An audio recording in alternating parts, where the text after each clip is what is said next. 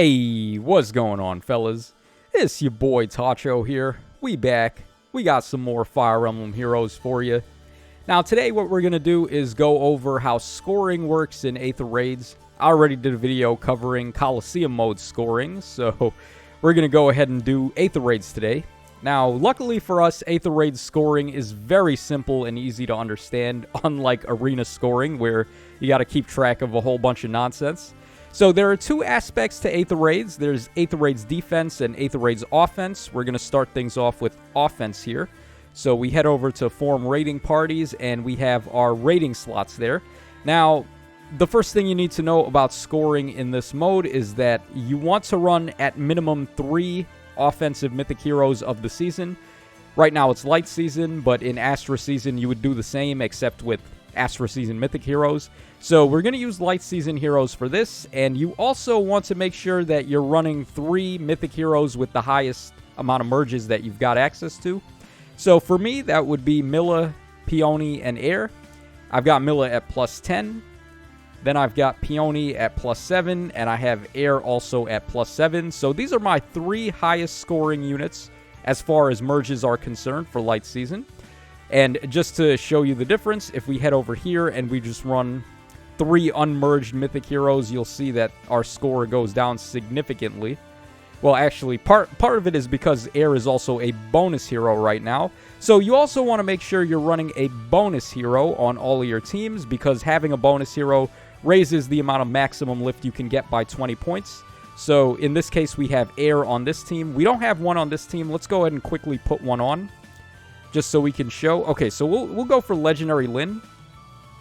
Legendary Lyn is a legendary hero, so we actually don't need to give Lyn any blessings whatsoever. She's going to automatically count as having a light season blessing because it's wind season. So you're free to run the legendary heroes on your offensive team if it's their current legendary season going on, and they don't need to be given any blessings either. So it's a cute little way to just run a free hero basically without wasting a blessing. So I do tend to run the legendary heroes often if they are available. So we have our bonus unit here. Let's go ahead and put a light season hero over here, and we'll compare the score one more time.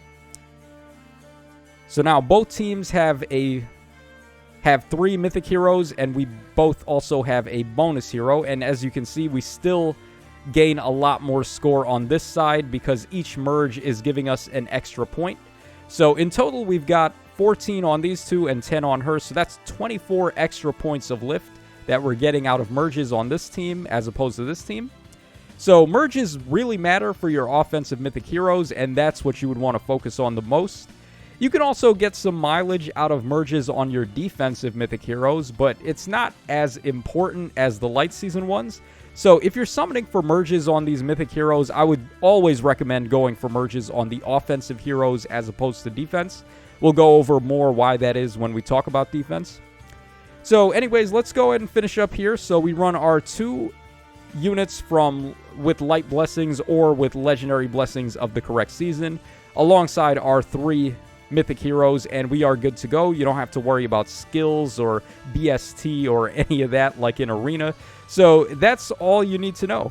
Just pretty much the 3 highest mythic heroes with the highest merges have to be ran, and then you just run 2 other heroes with the correct blessing or with the correct legendary blessing, and that is basically it. So over here we can also go ahead and run another hero with the blessing, and again, the bonus score for merges is a big factor. Now, there's also the extra slot. There's access to slot 6. I personally don't have any high merged extra slot mythic heroes, so I'm kind of out of luck there.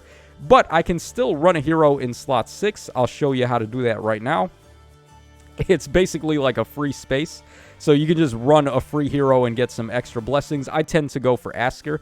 You put him on the team first, and then it opens up slot 6, and then you move him in there, and you're free to just go ahead and run 2 heroes, and then you just get the free space with a slot 6 hero. So that's what you would do in the event that you do not have access to a mythic hero with high merges that accesses you slot 6. So just a cheeky way to get an extra unit there. Also, you want to make sure you don't put your bonus unit in slot 6, and that is because if the bonus unit ends up being in slot 6, you're actually not going to get the score from it. So we'll show that right here. We'll just put in any light hero, and then we'll go back to Legendary Lyn. And we will notice that our score does not go up from having her. But if we go ahead and put her on the main team in one of the first 5 slots, then the score does go up. So basically, slot 6 is just a free space, and it does not count towards your maximum lift. So whatever unit you put there, just make sure it's not the bonus unit, and that's all you really need to know about that. And as we showed here, you can still run one in slot 6 even if your main team does not give slot 6. You just run it there, run it on the main team, and then put them in slot 6. So that's just about everything you need to know about scoring for Aether Raids offense.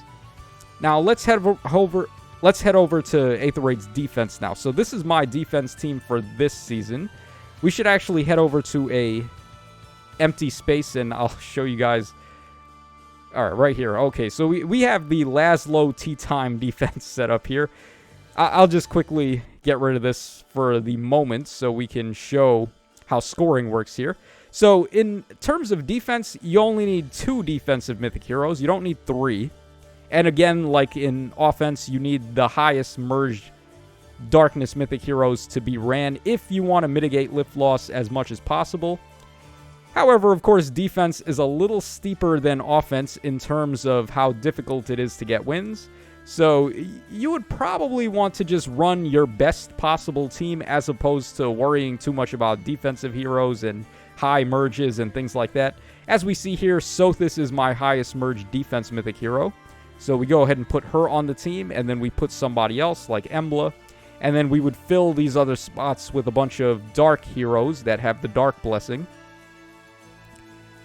All right, let's just grab a bunch of dark people, and there we go. So our defense lift loss would be 57 here. It would actually be 60 if I didn't have Sothis, because she's got 3 merges on her. So we can go ahead and put in anybody that doesn't have merges, like double Emblem, for example. I love doing this. So this would be minus 60 with no merges, and we do not have a bonus defense mythic hero deployed if we were to run him. In this case, it's Bramimon. We would get another minus 20 to our defensive lift loss. So it's not the worst idea in the world to run the bonus defense mythic hero, because it's giving you a lot of lift loss reduction when you lose units. But it's not really as mandatory. Really, what you want out of your defense team is just to make a good defense. So if we head over here to the defense that I have set up for this season, as you can see, I'm not bothering with a bonus hero. I'm just running what I think is a good defense. I don't need, like, Hidoko on this team doesn't even have access to the blessing either, because she's a fire hero. And right now it's wind and earth season. So running her is not doing anything for my lift loss mitigation. However, Hinoka is just so freaking powerful that I might as well run her anyway.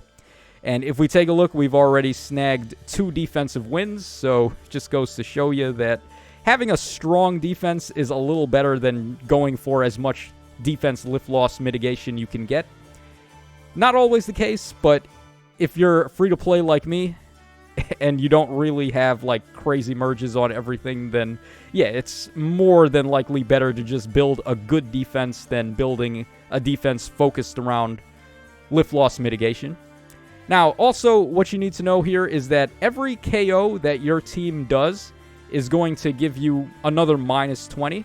So let's say the enemies cleared my team, but I KO'd one of their units in the process. I would take minus 20 lift from that fight. If I KO'd 2 units, I would take minus 0. And if I didn't have Bramimond on here, if we just ran double Emblem, then I would have to KO 3 of the enemy units before they win the fight in order to completely mitigate lift loss there. So I do think there is value for a bonus defense hero, but again, like I said, not always. So that's pretty much all you need to know about defense here. Now, you can also do the thing, just like in offense, if your defensive mythic heroes do not grant slot 7, you can just run a special slot darkness hero or anima hero and just put them there to get a free space. So we'll quickly show that off here. We'll just run 2 heroes that don't grant slot 6. And then we run a hero who does grant it, and then we can plop them there in slot 7. And then just go ahead and put back whoever we had there. So yeah, that's another way you could get another unit in the defense if you don't have high merges on a character that has slot 6 or slot 7. So that pretty much covers us for offense and defense. Now there is one other aspect to Aether Raids, and it's very simple to understand as well. That is Chaos Season. So if we head over here, these are the Chaos Season slots that we have for teams. Chaos Season is very easy. Like, literally nothing matters. You're free to run whatever you want. You could just select your favorite 5, and there you go. However, you do need a bonus hero, and that's the only rule regarding Chaos Season. You have to run a bonus hero, and that's about it. And also, the bonus unit needs to get a KO during your fights in order to gain an additional plus 20 points to your lift score. So that's really all there is to say about Aether Raid scoring. Like I said, it's very simple and easy to understand, and there's not really anything that's going to hold you back too much. So again, just for Chaos Season, let's say that these were the bonus heroes for Chaos Season. I could run any one of these 10 heroes here on my team. Let's say I went with Bramimon. You're free to run defense mythics on offense in Chaos Season as well, if you wanted to. So let's say I went ahead and ran Bramimon as my bonus hero for Chaos Season, if this was Chaos Season.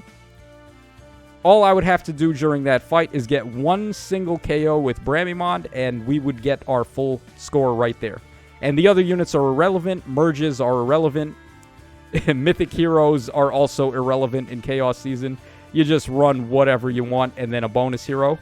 So hopefully that gives you guys some insight on how scoring works. Also, do not do this. Don't use the auto-create. It's so... It just goes for your highest defense lift loss. It'll use your legendary heroes and things like that. It doesn't make a cohesive team. You're going to have to just do it manually if you want to make a really good team yourself. So just keep that in mind. Also, I guess we could talk about this too, auto dispatch. This is more of a casual thing. If you want to do this, if you're not interested in actually playing the game, or like maybe you're too busy to play that day, maybe then you could go ahead and do this once.